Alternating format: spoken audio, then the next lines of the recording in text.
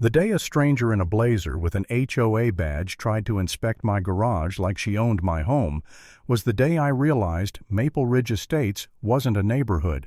It was a little kingdom, and I'd just moved in next door to its self-appointed queen.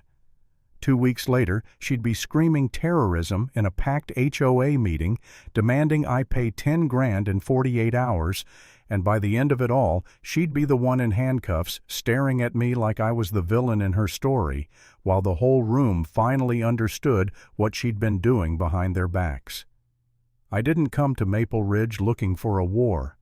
I came here because grief has a way of turning your old life into a museum you can't stop walking through, and after my wife passed, every corner of our old house was a memory waiting to punch me in the ribs. So I took a transfer, accepted the role as police chief in a quieter town, and bought a place in a tidy subdivision where the trees were trimmed, the sidewalks were clean, and the neighbors smiled like they'd practiced it in the mirror.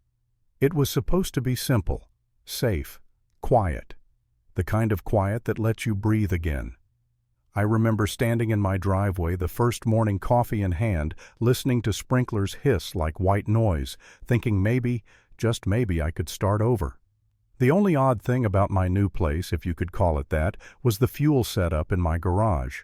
The previous owner had been a contractor who ran equipment and kept a small legal diesel tank with a pump.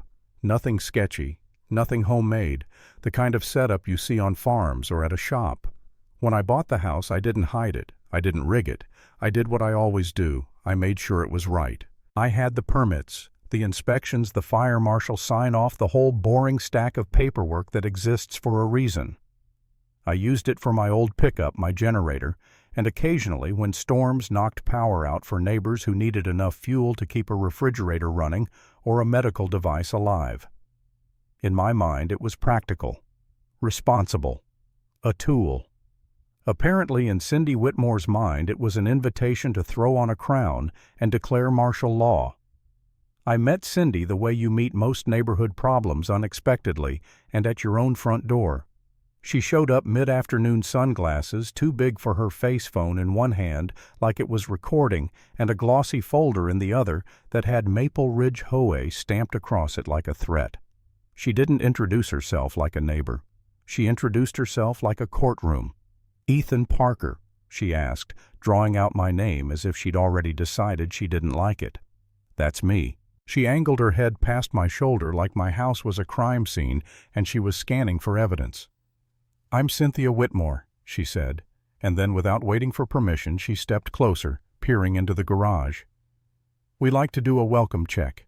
Make sure new residents understand the standards." Standards. That word, the way she said it, was the first red flag flapping in the wind. Then she saw the pump.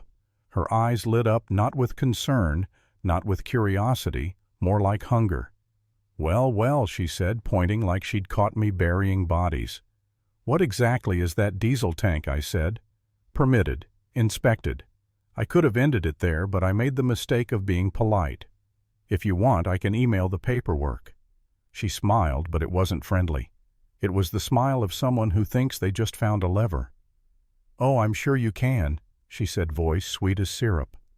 "But you should know Maple Ridge doesn't allow commercial activity from residential properties." "It's not commercial," I said. "I'm not selling anything." Her gaze flicked up and down like she was measuring how much trouble she could cause. She hummed like she didn't believe me, like truth was optional. Then, and I swear this happened, she leaned in slightly and said, "The HOA does have vehicles, maintenance, security patrol. Sometimes we need fuel quickly. It would be neighborly if you helped." There it was, not even subtle. She wasn't worried about safety, she wanted access. "I don't do free fuel," I said, keeping my tone calm. "And HOA vehicles can go to a gas station like everyone else." Her smile cracked just a hair. "Oh," she said, blinking slowly like I'd spoken in a foreign language. "You're refusing?" "I'm setting a boundary." That's when she turned her body like she was about to leave, then paused with her hand on her folder and said, "I'd hate for this to become complicated." She didn't threaten me directly. She didn't have to. The implication was the weapon. She walked away in heels that clicked like punctuation, and I watched her get into a white Range Rover with an HOA decal on the back window, and I remember thinking, okay, so that's the neighborhood busybody. Fine, I can handle a busybody. I've handled worse. What I didn't realize was Cindy wasn't a busybody. She was an entire system of intimidation wrapped in perfume and entitlement. A week later, a letter showed up on my door like a slap. Notice of violation. Fine $500. Reason unauthorized commercial fueling operation. I stood there reading it twice, waiting for the punchline that never came. Commercial, I hadn't sold a drop. I hadn't advertised. I hadn't even fueled a neighbor since moving in. I went to the HOA office, and the woman behind the desk gave me a tight smile and said, "You'll have to take it up with the board." The board, of course, was Cindy, so I emailed her. Calm, professional, paperwork attached. Permits, inspection reports, fire marshal clearance. I even offered to let a certified inspector come look again if it made people feel better. Her reply came back 10 minutes later. "We will address this at an emergency board meeting." Emergency. Over a permitted fuel tank. The next night I walked into the clubhouse and it felt like I'd wandered into a jury trial where everyone had already been coached. Cindy stood at the front with a projector, a laser pointer, and that same glossy folder, now thicker, now weaponized. On the screen was a grainy photo of my garage taken from the street like I was some kind of headline. She clicked to the next slide, safety risk. Then, property value impact. Then, no joke, potential terror threat. People gasped.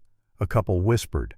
Someone actually clutched their chest like Cindy had just uncovered a bomb under my lawn. I stood up and said, "This is ridiculous. It's diesel. It's legal. It's inspected." Cindy raised a hand without looking at me like silencing a child. "We will not be shouted down," she said. "This is about community safety." Then she looked right at me, eyes glittering, and said, "If you want to remain in compliance, you will cease operations and pay the fine." "I'm not paying a fine for something I didn't do," I said. "And I'm not removing a legal inspected system because you're fear-mongering." The room got colder. Cindy's smile returned sharper now. "Then we'll escalate," she said. And for the first time since my wife died, I felt something I hadn't missed at all. My stomach dropping into that familiar place where you realize someone is willing to hurt you just to win. The next week was death by 1,000 cuts. Anonymous complaints to the city.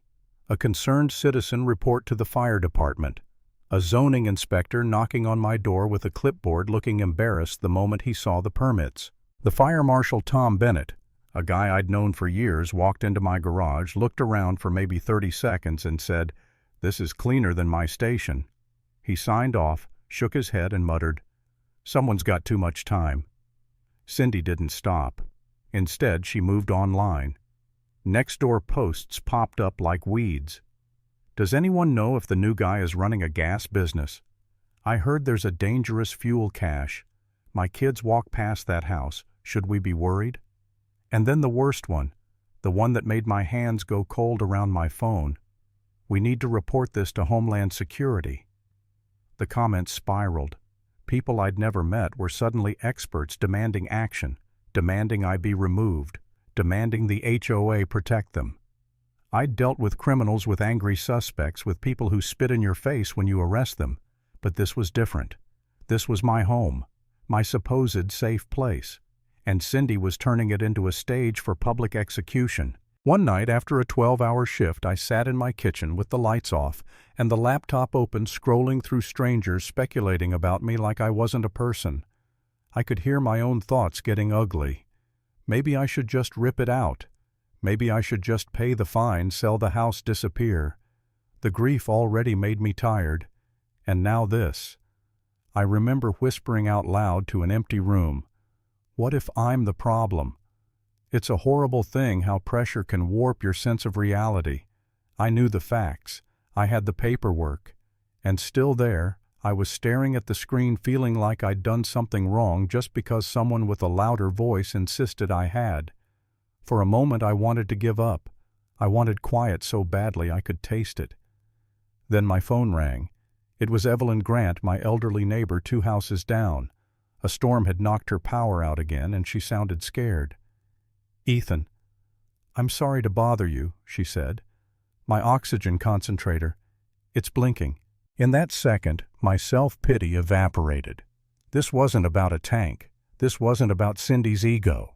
This was about what happens when bullies control a community. People who actually need help get crushed under the drama. I grabbed a jerry can, walked to my garage, and as I pumped fuel, I felt something in my chest harden into resolve. Cindy wanted me to feel ashamed for being prepared. Fine. I'd show her what prepared looks like. The next morning, instead of reacting, I started documenting. Screenshots of posts, times, names, patterns. And that's when I noticed something interesting. Some of the loudest accounts were brand new. No real photos, no history. Just Cindy's talking points, copy-pasted with different usernames. Fake accounts. Manufactured outrage. Then a different thought hit me, quieter but sharper. People like Cindy don't do all this just for fun. Not this much effort.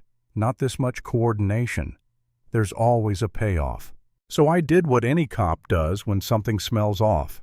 I followed the money without using my badge, without stepping over the line. I requested HOA financials like any resident can. I read them like a case file. And suddenly the fine and the fear-mongering made sense.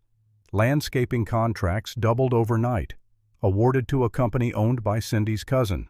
Security patrol payments made to a firm that didn't have a real address. Legal fees paid to an attorney who, when I looked him up, happened to share an office suite with Cindy's real estate brokerage.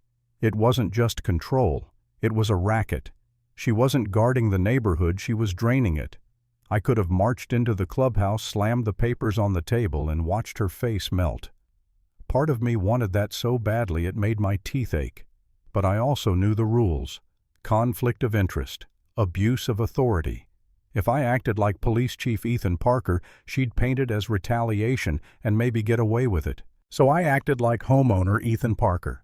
I compiled everything, clean documents, discrepancies, screenshots, and I walked it into the district attorney's office like a citizen filing a complaint.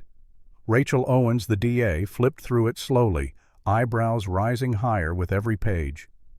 "Where did you get this?" she asked. "HOA records," I said. "Public to residents. I'm not asking you to do me a favor, I'm asking you to do your job." Rachel stared at me for a long beat, then said, "Oh, we will." The next HOA meeting was Cindy's masterpiece of desperation. The clubhouse was packed, buzzing, half the neighborhood clutching printed screenshots like they were gospel. Cindy stood at the front again, eyes bright, voice loud, and she went for the nuclear option. "We have received guidance," she announced, "that Mr. Parker's fueling operation represents a potential federal threat." Federal threat. She let the words hang there like poison. Then she clicked a slide titled Immediate Compliance Order and said, "To avoid escalation, the HOA requires a safety remediation fee of $10,000 payable within 48 hours and the immediate removal of the tank." The room erupted. People shouted. Someone yelled, "That's insane." Cindy raised her hands like she was calming children. "I'm trying to protect you," she said, and then she looked at me with that smug, sweet smile. "Mr. Parker, you have a choice. Cooperate or face consequences." And something in me went very still. I stood up slowly, not angry, screaming, not dramatic, just steady. "I have one question," I said. "Who exactly gave you that guidance?" Cindy's eyes flickered. "That's confidential." "No," I said, "it's not. Not if you're using it to extort residents." Gasps. Cindy snapped, "Excuse me." I took out my phone and said, "I'm going to make one call on speaker right now, and we're going to clear this up." She tried to cut in. "You can't." But the room was already leaning toward me, starving for truth. I dialed. A contact answered, a federal agency liaison I'd worked with years ago. "This is Ethan Parker," I said. "Quick question. Is there any active federal directive requiring removal of a privately permitted diesel tank in a residential garage under the claim of terror threat?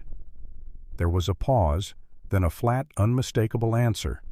No, absolutely not. The air in the room changed. Cindy's face drained like someone pulled a plug. I didn't stop.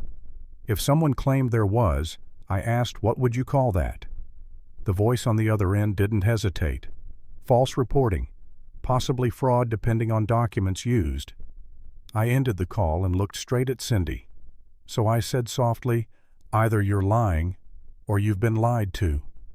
Which is it? Cindy opened her mouth and for the first time nothing came out.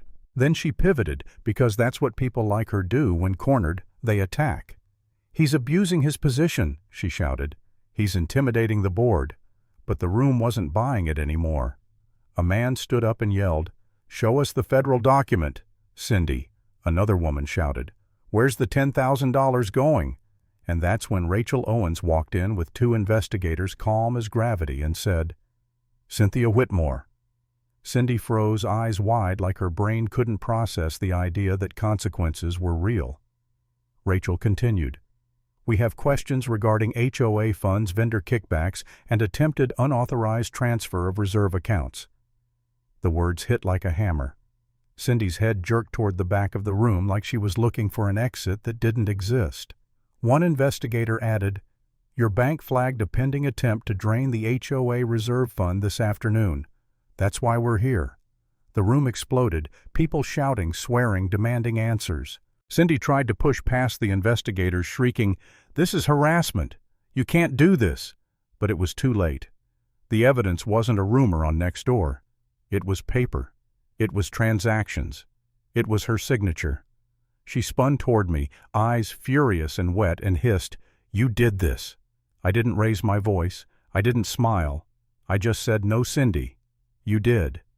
And then right there in the fluorescent-lit clubhouse with the HOA banner hanging crooked behind her like a bad joke, Cynthia Cindy Whitmore was escorted out while the neighborhood watched the truth finally catch up to her. The last thing I saw before the doors shut was her face stunned, betrayed, still somehow convinced she was the victim. Later the case unfolded the way these things always do when the paper trail is solid: audits, interviews, charges, and a plea that kept her from dragging everyone through a trial she couldn't win. She lost her position, lost her real estate license, and got sentenced to federal time for what she'd been siphoning and how far she'd gone to cover it up. And the wildest part, all of it started because she walked into my garage, saw a diesel pump, and decided I owed her free fuel like she was royalty. If there's one lesson I'll carry from Maple Ridge, it's this: the loudest bully in the room counts on you being too tired, too polite, or too scared to look behind the curtain.